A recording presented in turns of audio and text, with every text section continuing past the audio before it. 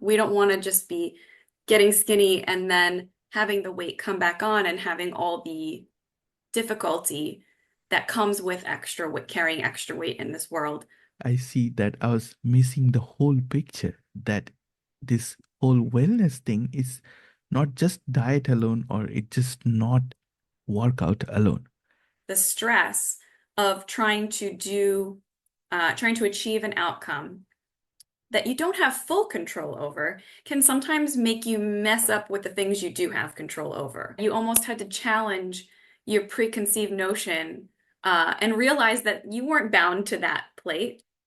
The key there is don't make a change that you really hate. Like if you love rice and hate broccoli, don't change all your rice to broccoli and say no more rice.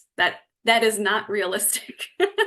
One day doesn't ruin all that they're trying to do. Any company that's trying to say this type of food will cause weight loss or this type of food will prevent weight loss are all, nonsense. um, Life flows like an endless ocean of stories. We often miss these precious tales as we rush through our days, too consumed by daily struggles to notice the poetry swirling around us. Yet within these stories lie the keys to our past, sparks for our creativity, and fresh winds to fill our sails.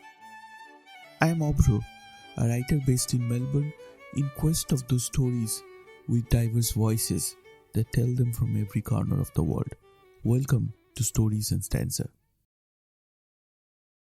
Hi, Megan. Welcome to Stories and Stanza. Hey, Abra, thank you so much for having me. I'm excited to hop on. Thank you. And you are back in Stories and Stanza after a couple of months, and I'm really looking forward to hearing from you. And we had a great episode, and so many friends have told me that this title, Our Relationship with Food, that is very fascinating, and this is such a beautiful way of looking into this. Okay, so I just wanted to say to our listeners that we have done a previous episode, and even though it was an audio only episode, we haven't released it in YouTube. So if anyone wants to know Megan's story and how she got here, please listen to that episode. And today we will be taking that discussion to the next step and hear some more interesting things with numbers, right? Yes, I'm so excited. When you came up with this idea for this episode, it just got my brain going. So thanks for that. Fantastic. So, uh, again, just a little bit of recap. In the previous episode, we explored our relationship with food, and we looked at your story, how you gained weight and then gradually went on a healing journey to be where you are, and now you're following your passion as a profession as well. So yeah, I'm sure that the old episode would be something to get as a background to this episode. Okay, so in this one, I was thinking about a title called Data Driven Diets and the Psychology of Numbers. Okay, so you are an health coach and you are a meal planner. So first thing I want to hear from you is that how can we set realistic goals about weight loss? All right. So realistic is such a loaded term, isn't it? Like there's so much there's so much variety in what one person can feel is realistic versus what another person can feel is realistic. It almost depends on what what experience you've had and what skills you have and what's that next step.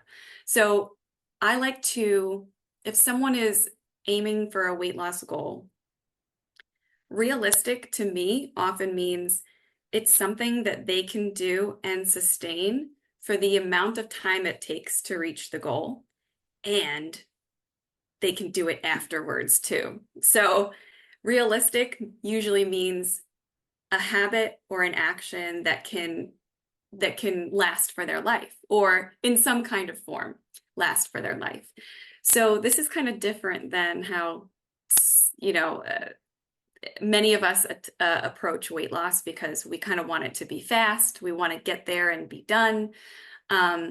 But studies show that getting there slowly often gives you the practice that you need to keep it going and actually keep the weight off, which is what we want. We don't want to just be getting skinny and then having the weight come back on and having all the difficulty that comes with carrying extra weight in this world coming back. So I like realistic to usually mean slow and steady.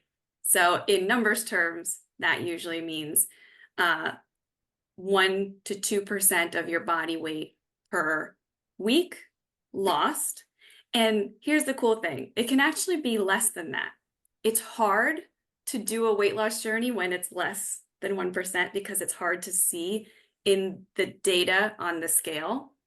There's a lot of noise in the data on the scale that makes it really hard to see when you're only losing a half pound a week or a quarter pound a week. You can imagine that since our bodies really go through 2 to 5 to sometimes 10-pound fluctuations within one day, just because of water weight and other factors, it's really hard to see that tiny quarter pound a week loss unless you look at a lot of data at once, unless you step back and look at 2 months and say, okay, over 2 months, 8 weeks, I lost 2 pounds. On average, my weight is 2 pounds less than it was 2 months ago. So I find any kind of speed of weight loss that's under 2 pounds a week, I find that more realistic than trying to aim for higher than that. But when it's a small weight loss, like a quarter or a half pound a week, it takes a new understanding of data and a bit of calmness around those daily weight fluctuations to keep doing the positive things you're doing to get that weight loss over time. And I just wanted to share with you and with the viewers as well that I have been following the healthy habits for in recent times, and what I noticed is that I tried to lose weight twice in last couple of years, and I was not successful. Okay, and it goes very well with the title of this segment. I call it "Fail with Me." That I wanted to achieve something and I did it, and I kind of gave up. That weight loss is probably not for me. It's not working out. So once I went to go like drastic with the workout, but I didn't control my diet. And another time I went drastically with the diet, but I was not working out and was not mindful. And I failed in both cases. And now that I look back, I see that I was missing the whole picture, that this whole wellness thing is not just diet alone, or it's just not uh, workout alone. And I wanted to hear from you, and because we are talking about realistic goals, is that how we can set a holistic goal that can lead us to improve. Okay, and in support of my question, I just wanted to again say that sometimes I'm just trying too hard and I'm not seeing a result, and I see that maybe my goal is wrong, but that's not it. It's a amount of self-awareness that we need to have in our body, in our mind, to be able to take that step. And I wanted to hear from you on that. Yeah. So can I ask you, have you Yes. set a specific goal for your weight loss? Do you have a number in mind or a speed in mind? What is in your mind when that comes up? Yes. So I asked this question to my dietitian as well. Okay. And what she said is that if you put a big number in front of you, then you'll be kind of lost. So what you do is put small numbers. Okay.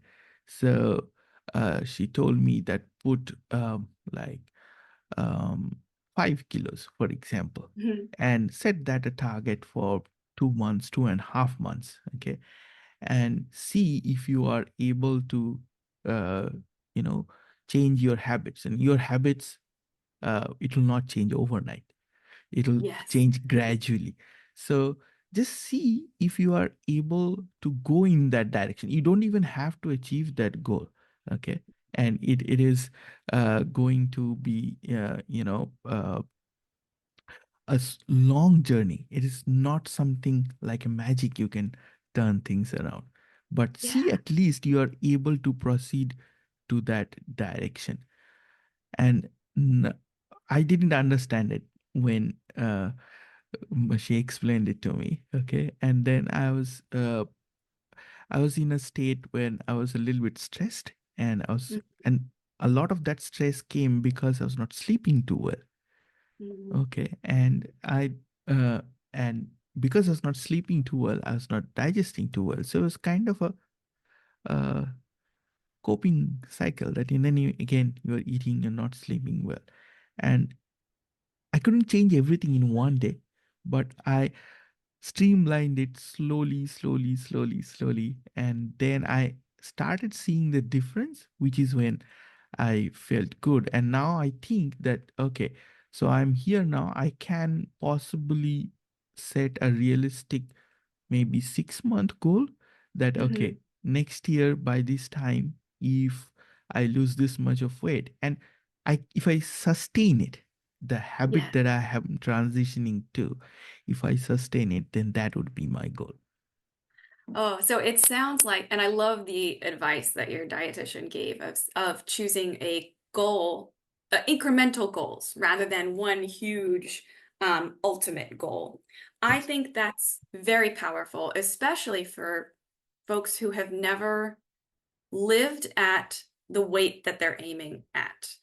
Because if, for example, you aim for a weight that you've never existed for 5 years doing the habits that require that weight, you don't really know what life will look like. And so it's hard to lock yourself in to that goal when you're not sure that will be sustainable. So I really like the recommendation to choose an incremental goal, 5 pounds, 10 pounds, 2.5 kilos, 5 kilos, so that you can reach it and get a taste of success and evidence that you can be successful with these habits over the course of time. What I will say too is that sometimes timelines, it depends on your personality, but sometimes a timeline can motivate someone. Um, I have found that for me and for many folks that I work with, timelines do the opposite. If you say, I will lose 10 pounds by the end of the month or reach 140 pounds by my 40th birthday, or like many people I know now, trying to reach a dress size before a wedding. All those things can ramp up the stress levels, like you were saying. The stress of trying to achieve an outcome that you don't have full control over can sometimes make you mess up with the things you do have control over. Like you were saying, those daily habits, sleeping well, choosing foods that feel nourishing more often, choosing smaller portions to get you to the next meal. So I think incremental goals is a fantastic way to be really realistic. Um, and if you're interested in doing a timeline for your goal, you can find the calorie amount that will get you there within a reasonable amount of time in a vacuum in a lab setting. But that comes with the caveat of that could be the ideal. That's like if everything goes perfectly, this calorie amount should get you to this weight by this day. But know that there are so many unknowns with how we're looking at the data around it, and so much margin of error in certain places that we don't always have full control over whether we'll get to that outcome because we don't live in a vacuum. There's a lot of things that affect the weight on the scale over time. So that's why I like the incremental goal and I like being flexible with the timeline, but that's a personal preference. Thank you. Yes, I definitely think that before someone, starts this journey, that awareness is very important, that what am I going to achieve, and I am going to fluctuate. It's not like a straight line that I'm going to draw and I'm just going to lose weight. So that understanding is very, very important. So uh, when we go into the world of numbers, okay, so when someone, let's say someone wants to start their journey on weight loss, what are the first things they need to understand in terms of numbers? What are the things that they need to be aware of? So for example, for me, what I'll say is that I used to check that, how much calorie I'm burning if I am working out, if I'm going to the gym, or and then I realized that I'm not losing any weight. Then now when I look back and I see that, oh, okay, then I was consuming calories that I was still consuming a lot of calories. Okay, so I was not mindful about what I was eating. And then in today's day and age, we are surrounded by so much unhealthy food around us. It's in Yes. epic proportions, and it is very easy for anyone to deviate from the path. Okay, so I want to hear this from you. You are a specialist on this. I want to hear the numbers, and I also want to hear the psychological part of it, that how do we understand, be self-aware, and take the next steps. So I love this question. I think before I get into the numbers, one thing is true is that you can lose weight without knowing anything about calories. Like, isn't that true? Like people have done it for Yes. years. Yes. So the mechanism of any living creature losing weight is consuming less matter than they're expending, right? Less energy than they're expending. So calories are our easiest, quickest way, if you're interested in being pretty exact, they're our easiest and quickest way of kind of estimating that and making sure we're in the right ballpark. And so some important numbers to know if you're a numbers person and really want to, dive in. BMR is your, oh my gosh. I forgot what it stands for. You can edit this out if you want. Basal metabolic rate. There we go. I knew it Yes. was there. So this is kind of if you weren't doing anything for the day, but you were existing, you were living, like let's say you were just laying in the bed. Your basal metabolic rate is the amount of energy that your body needs to live, to run its normal functions. So maybe that's digestion, maybe that's running your heart or your brain. All of the things that your body does requires energy. So we can look at that in terms of calories. And there's many calculators, but they're estimates. But if you were in a vacuum and you were surrounded by scientists, they could calculate within a reasonable margin of error your basal metabolic rate, how much energy you need to stay alive. Most of us expend more than that during the day because we're up and at 'em, we're doing work, we're taking care of children, we're doing fun things, running, exercising, digesting even takes energy. So our total daily energy expenditure, or TDEE, is the number of calories that we expend in a day. It goes up and down, but generally you might have an average that you tend to hit. And just like BMR, we don't really know it for sure. It's kind of an unknown because we're not in a lab with scientists calculating it for us. So we can estimate it, but we don't know it for sure. And that could be that's one reason that a lot of people find that trying to work out to get their TDEE up really high like you had said when you were really exercising heavily, trying to do that is hard when you're trying to just use that to lose weight because, like you said, food is everywhere.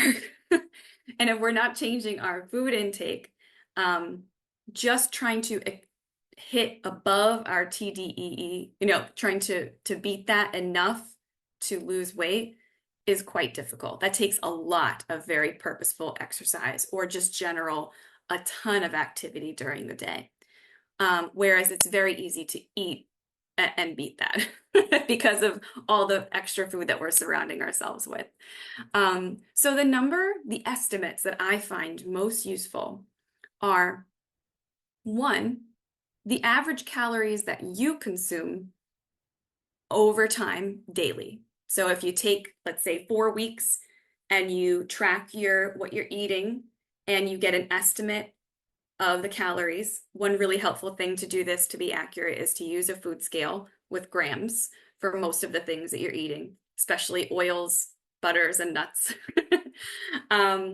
So you can get an estimate of what you tend to eat during a day, your average over that 28-day period. And you can use that to make an improvement by reducing it where you're willing to reduce it. So that's where the realisticness comes in, because if you really love a biscuit in your coffee, or if you really love, like my partner, getting pizza every so often, you don't have to take those things out to lose weight. You can find other places to make improvements to that average calorie number. I'll pause there. What questions came up for you? Lots of questions come up there. So I feel that I'll just give an example. If I go for a walk in the morning, okay, I usually, after the walk, and sometimes both me and my wife we go for the walk together, and I stop at a cafe near our place, which is amazing. And the first thing I feel like having is a egg and bacon burger. Okay. And they make it amazing. I really, really love it. Okay. Sounds great. Great. It goes so it feels like the right, if you ask me, it feels like the right thing to consume, after a morning walk in the breakfast. But then I never kind of consciously thought what calories are going in there.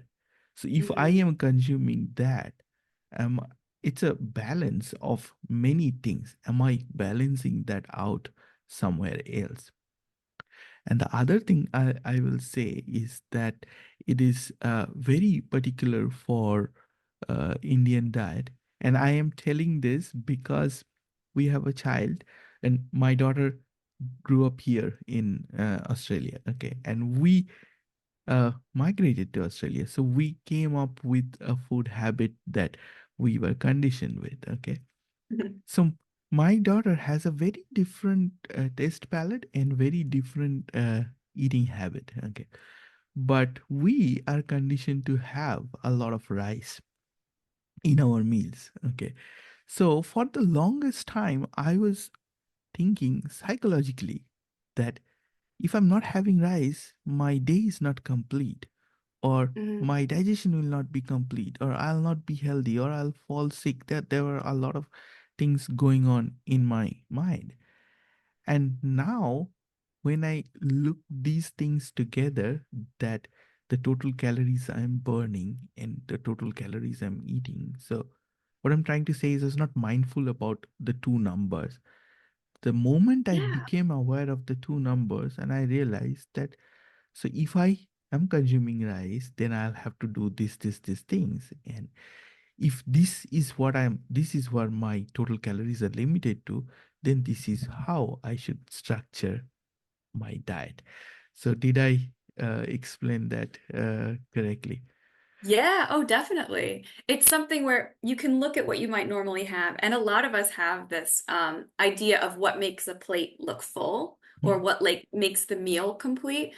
For me, I live on Staten Island in New York, and we have a big second and third generation Italian American community. And we have, so that means every meal, if it doesn't have pasta on the side, then it doesn't look complete, you know? So a lot of folks I work with, that's one place that what you said, you almost had to challenge your preconceived notion and realize that you weren't bound to that plate. You could Correct. change that plate and make it closer to your health goals, and it would be okay.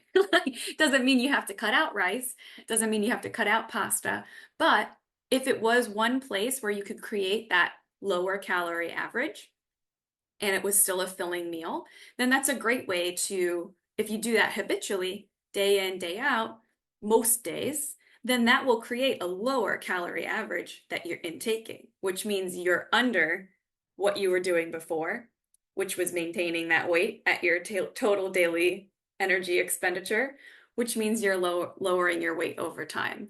So it's a great piece of awareness once you learn the places that you're okay with reducing portions if your goal is weight loss. Yes. So again, we'll go back to the first question where we were kind of exploring like setting realistic goals. Okay. So can you share the mental and emotional aspects of weight loss? So for example, if I think, first of all, why should I think about weight loss? And if I am, then what are the things that I should be ready for in our minds? Oh, okay. So one thing I want to share, like from the heart, is that no one will ever come to you and say, you must lose weight, and then you are forced to do it. So I want to reassure everyone that is a personal choice. If you feel pressured by, family members or, well-meaning doctors, and you feel that it's not right for you at a certain time, that's completely okay. It can be, the process of weight loss takes a bit of intentionality, and it takes time to prepare and be proactive with your meals, and time to be more active. So if you're not in a place where that is possible right now, that's completely okay. If you find that you're doing it for reasons that are not your own, so maybe there's superficial reasons or reasons where you feel like you're not okay unless you reach a lower weight, you're not okay as a person, I want to reassure you, you don't have to lose weight. But if you've arrived at the decision that it's right for me to lose weight, I know my quality of life will be better, I can do more things with my life, I want it for myself, and I want to create this change in my day, then it's time to go. Then you can feel free to dive in. So if your goal is to get started, I would do what we discussed, which is, rather than setting a very specific timeline, set yourself a goal of 5 or 10 pounds, 2.5 to 5 kilograms. And if you don't want to get into the numbers, start keeping a food journal and try to find the places where you're okay with making portions smaller or swapping to a food that's lower calorie. So for example, if you love cheese and you have cheese on your sandwich every day and you're okay with switching to a lower calorie cheese, that works. Go for that and make small changes there and keep them habitual and see if that will work for you. The key there is don't make a change that you really hate. Like if you love rice and hate broccoli, don't change all your rice to broccoli and say no more rice. That is not realistic. You will find after a few weeks that you are rebelling and you really want that rice. So don't make the change if you don't find it sustainable. So that's a great way to do it if you're not a numbers person. If you are a numbers person like me, when I got started, maybe like Abra, then you can get into and find your maintenance calories. So this would be an estimate of the total calories that your body needs to run right now at its current weight what the total the total calories that you need to maintain your current weight. And then that helps you find a lower calorie amount to aim for over time. So, Abra, did you want me to go through how I might calculate someone's maintenance calories? Yes, that would be fantastic. Yes, please. Okay. So you would start with, hold on, let me pull up. I hope you can pause this as well, because I actually made a whole worksheet on how to do it. That's all right. Yep. You can share something on the screen if you like.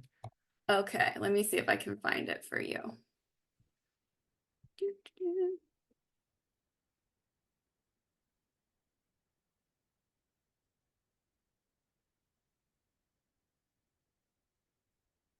Let's see.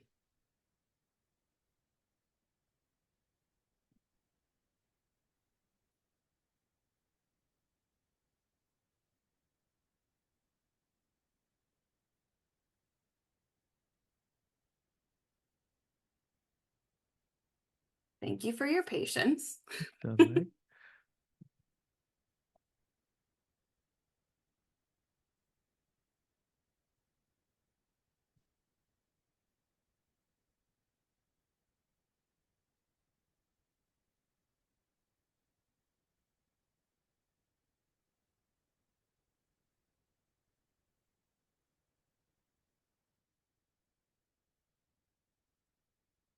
Here we go. Okay, so let me share my screen here. Oh, it said that you can't, it said the host disabled the ability to share the screen. Wait a second. Let's see.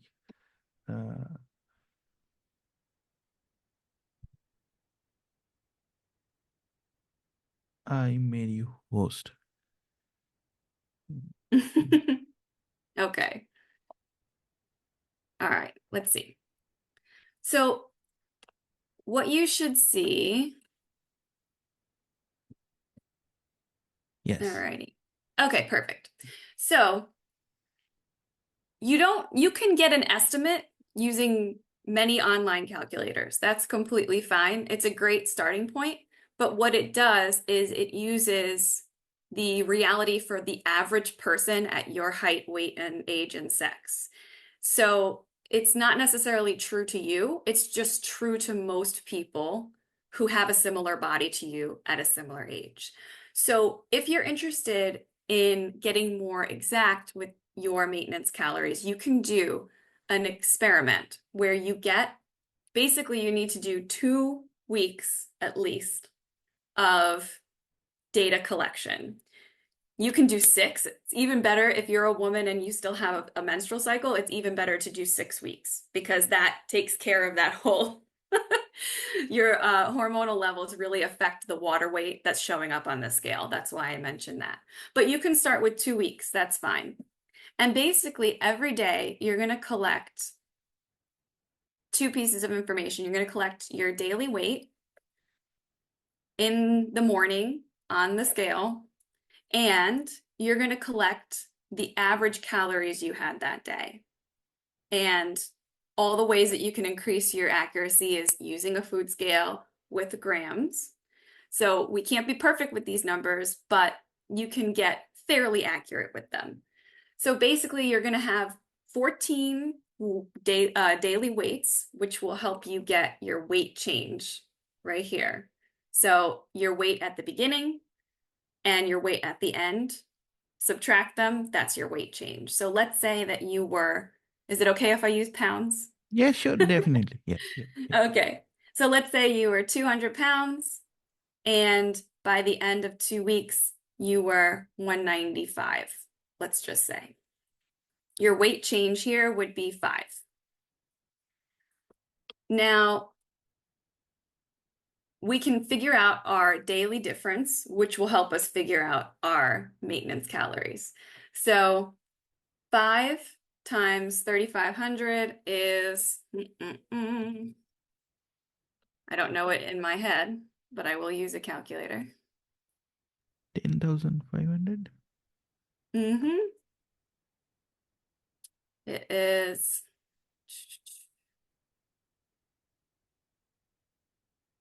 17,500 divided by the number of days. So what this does is, oh, I should mention that 3,500 is Mm. that stat that many scientists have come up with for the amount of energy that it takes to lose a pound of fat. So basically the amount of energy that a pound of fat is equivalent to. So 3,500 calories is roughly equal to 1 pound of fat. In a vacuum, that's what folks have found. So we're going to do 17,500 divided by 14 days because we ran a 2-week experiment. So that means on average, one moment.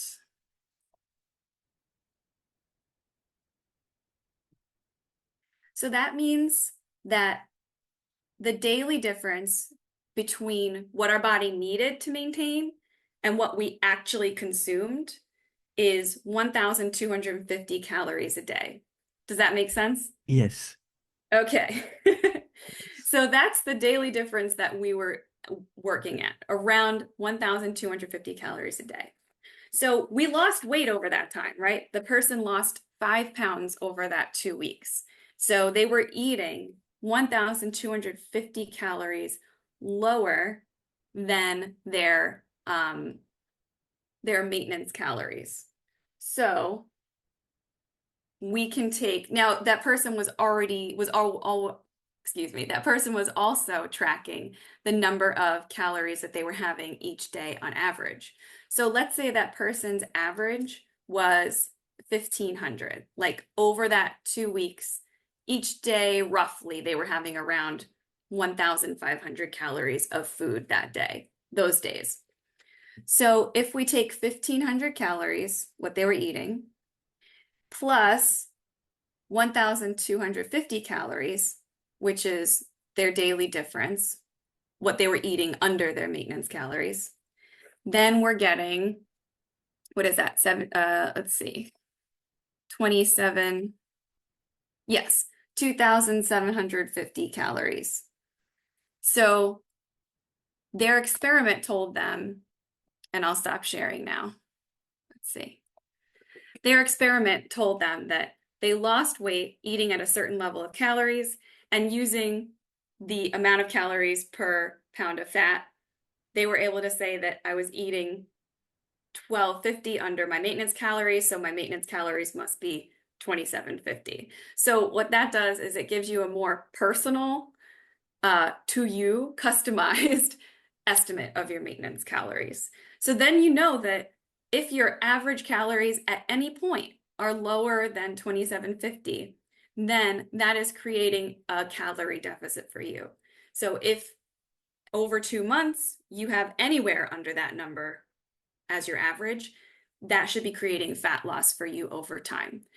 I like knowing that maintenance number because it gives you a little clarity and safety, psychological safety, because when you have a day that is, maybe it's a wedding or maybe it's a party, when you have a day where you're exceeding this number, you can look at all the other days of the week or days of the month and say that on average, I'm still working towards my goal. I'm still overall in a calorie deficit that will lead me towards my weight loss goal. So it helps someone feel that they're still on a sustainable track because one day doesn't ruin all that they're trying to do. Does that make sense? Absolutely. And this is brilliant. Thank you for sharing this. This is brilliant. And I mentioned that like is it can we assume that 3,500 number in the questionnaire, because yeah, it's an ideal state, but it prepares you uh Yeah. kind of where you want to be. Exactly. I think it's a number that there have been studies done in labs in vacuums, calculating the burn rate of calorie, all that good stuff. So it is useful in that it gives us an estimate to work off of. It is not useful to say, I didn't hit my calorie number, therefore let me throw in the towel and let me just say, I didn't hit this exact number, so I'm not doing well. Let me give up. Don't don't try to think that all these numbers are perfectly accurate. Estimates are fine. There's going to be some unknowns in this process. So just Yes. do the best you can each day and keep working towards your goal. Yes, definitely. And again, it is about getting that awareness. Okay, it's everything together. What I eat, what my habits are, what my calorie that daily calories are, and everything put together. It's not just one meal or just one habit. So this is an overall picture, and I really like that. The next thing I wanted to hear from you is, oh, you're sharing this chart. What's that? Are you sharing this one? Am I? Oh, I Yeah, you're didn't think still so. sharing. Oh, let me see if I can stop sharing. There we go. Yeah. Okay. So, as a health coach, would you like to debunk some of the common myths that exist, or some of the misconceptions that exist in the weight loss space? Oh, there's a lot. Are there any that come to mind for you? Any top top myths? Uh, I mean, there are many, as I was trying to say, that what I lacked was probably the awareness that Hmm. you need to calculate both your eating habits and both your activity level. You have to see them together. If you see them in isolation, then you cannot. One of the things I notice is that there is so much marketing and false information around that, oh, you can eat this, it is perfectly all right, but it is not. And we kind of need to do our own research and see what kind of fits us, what works best for our body. So Yeah. yeah, you know, You mean like kind of the marketing around certain health foods or a health marketing? foods, yes, Yeah. and things like that. So it's all a business in this commercial world. Uh, Yeah. and It's I'm so not saying interesting. everyone is bad, but I'm saying that every person is different. Their diet is Mhm. different, their habit is different, their psychology is different. So what works best for individuals is something they have to decide. They have to be well informed and then decide it is going to work or not.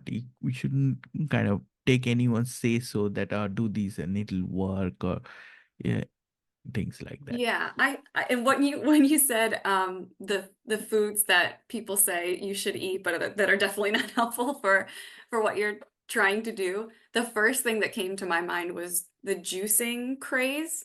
Did that make it over to you to you guys on your corner of the world, just juicing all your Yeah. fruits and vegetables and thinking that was healthy? Yeah, I have heard about it. Yes. I think the any specific uh, company that says this is Mm, how to lose weight with this one food, mm, or this is how you should never have this food if you're trying to lose weight. Any company that does that mm, is telling you a falsehood, because we know from research that it is the energy balance over time that dictates your ability to lose weight, which direction you're going in. And that is it doesn't matter which foods you are eating. If your calories are in line and lower than what your body needs to maintain its weight, your body will lose fat over time. And as you said, there's a lot of individuality with it. There's a lot of unknowns with what maybe my body, which is very similar to this other person's body, is indeed burning less calories on average than that person. And that might make that person feel like, well, I'm having the same calories as them. Why am I not losing weight? But we forget that we don't actually know your exact maintenance calories based on your particular body, your metabolism. the stress that you're under, the hormones levels that you have, the amount of sleep you're getting, any underlying conditions. So anyway, I will say that any company that's trying to say this type of food will cause weight loss or this type of food will prevent weight loss are all, nonsense. The juicing craze, it really reminded me of that because for a good few years, that was a really big thing that a lot of companies were pushing. We sell celebrities were selling their own juicers to get fit.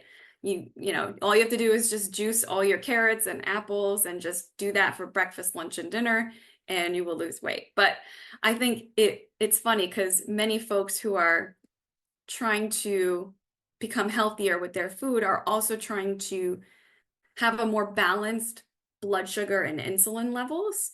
And what juicing does is just, it really knocks your blood sugar and insulin levels like crazy. So that wouldn't particularly work for that goal at all.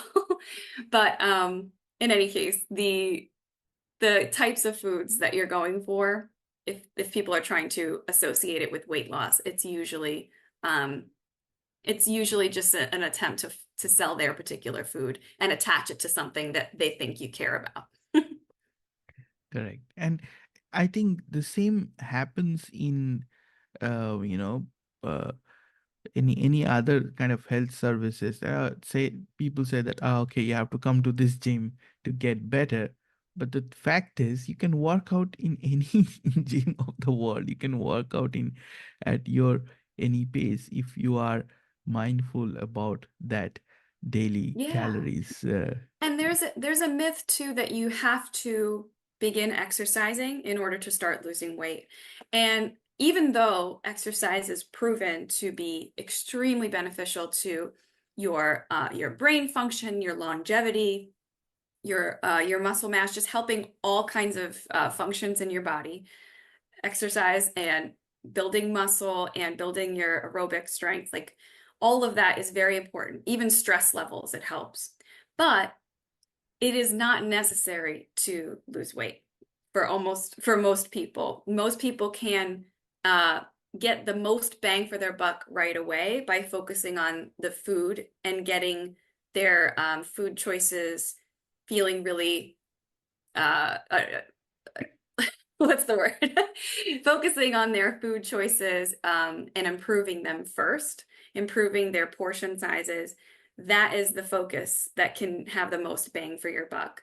I myself, in my journey, I was probably on my weight loss journey for a good 4 to 5 months before I decided to start walking habitually. So I had lost a good amount of weight before I even started to add exercise in. And like you said, it's something that has a smaller impact than we think as a society. We think that exercise has a huge impact on Yeah. our total daily energy expenditure, but it has, in number terms, less than we think. Yes. I think we are kind of coming towards the end of our discussion. I have another interesting psychological aspect to talk to you about. So before I started eating mindfully and be careful about this whole number thing, I would go into eating based on taste. Okay, and I Mhm.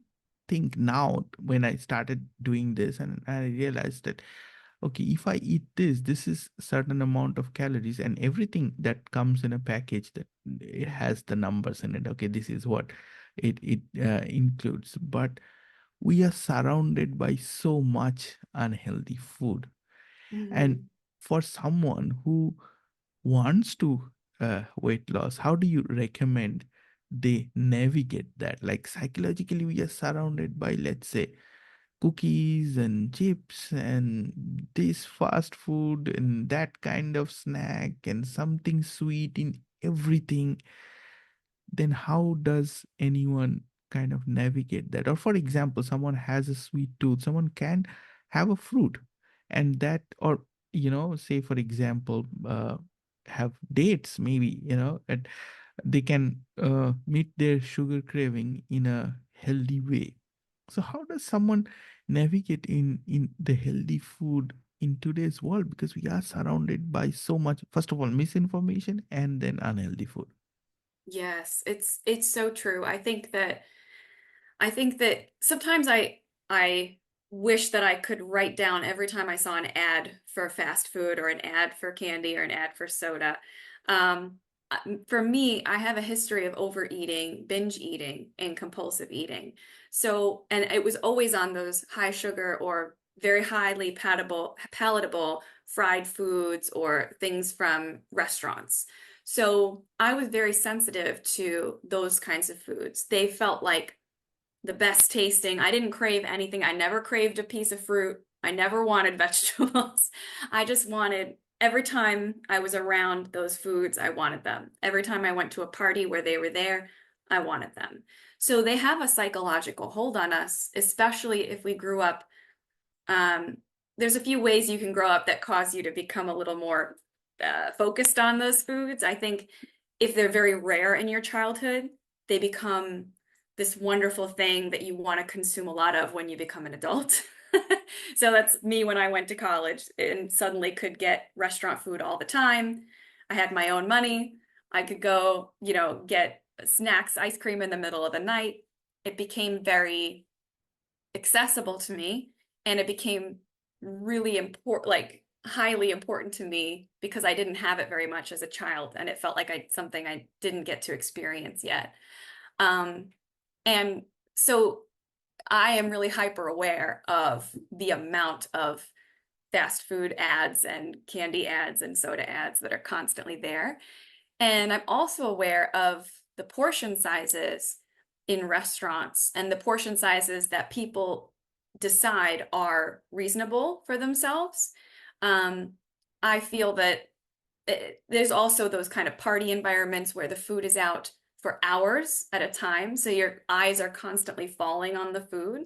So all of these environments are ones that are really not conducive to someone maintaining a healthy weight, because they've done studies where they put people in party atmospheres, and they do one where the food is off to the side, out of sight, and they do one where the food is all in front of everyone and everyone's seated around the food.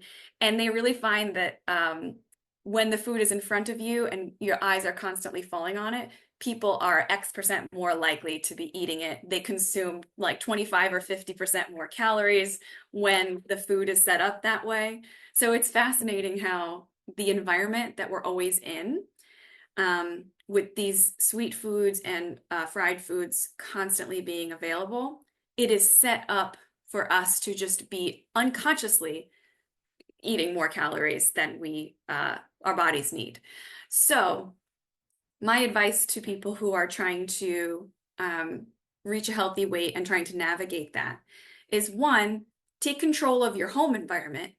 When you're not in the public eye, you're home, you have a lot of freedom with how you set up your home for success. So you can put fresh fruits and fresh vegetables front and center in your refrigerator, first thing that you look at. You can put snacks for the kids. Maybe you have to have snacks in the house for the kids, but you don't really want to be eating them. You can put them on a high shelf in an opaque container away from your eyes. And studies show that the less that your eyes fall on that food, the less likely you are to go have some in a moment of low willpower.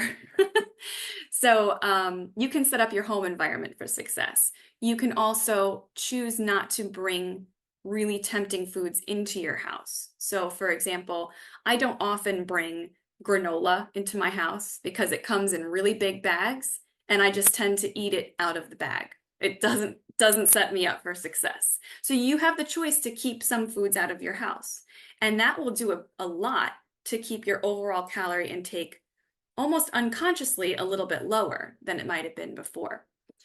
The other thing I like to have people work on is being proactive with their food so that they don't have to rely on the food that's out in the public. So I don't know if it's like this for you, but around here, I think a lot of people tend to forget to bring lunch to work, and then they just order lunch from a restaurant or from delivery. or they go down the street and get a Yeah. quick lunch. Same thing with snacks. They don't Yes. think about their hunger. So they go to whatever snacks come into the office, cookies, cake, donuts, they have that. But if you go into the day with a plan, I get my breakfast from home, I bring my lunch, or I make my lunch at work, I come home, I have a dinner, I have all the dinner ingredients ready. All of those little preparation actions set you up for success. And then the third piece, I know we're running late, but the That's all third right. piece is the foods that you do truly love. Like for Mm. me, I love Chinese food. I love peanut butter and I love chocolate. So those foods, if you really love them, don't just wait till the advertisements or the restaurants influence you to get them. Put them in your meal plan on purpose in portions that are reasonable for your weight loss goal. So if you love chocolate, put it Mm. in your dessert every day, a small amount, so that you get the taste you love, but you don't have to, over consume like many Mm. of the fast food restaurants and advertisements want us to. No, that is beautifully said. I think that is so important in the meal planning. And personally, what I noticed is that when we are doing the meal planning and all that, like you're making sure of this is the portion I'm going to eat. Often we don't need to sacrifice the taste. It's like you can keep the taste and you can control the portions. Like, for example, you can control how much oil you want to cook it in. And, for example, how much cheese you are going to put in your uh, pasta or in your Sandwich. Yeah, omelet and pasta. sandwich. Yeah. And things like that. And I have noticed that if I um, there are many sort of where I work, we are surrounded by food courts, and then if Hmm. you happen to go to the food court, you are bound to overeat, and the Yes. portions are designed in that way that okay, you will eat and you will eat something that you will like, and you will return there for the sake of taste, uh, Hmm. right? So yeah, I think we have covered everything that I wanted to had in mind. Is there anything you'd like to add? Um, no, I was really excited to get to dive into some of the nerdy stuff today. If anyone is interested in kind of reaching out to me, they certainly can. I do have an Instagram where I, share more helpful information. I have a meal plan club every Thursday. We do live meal planning together. So if that's something you're interested in, you can go to my Instagram, which is partake_foodie,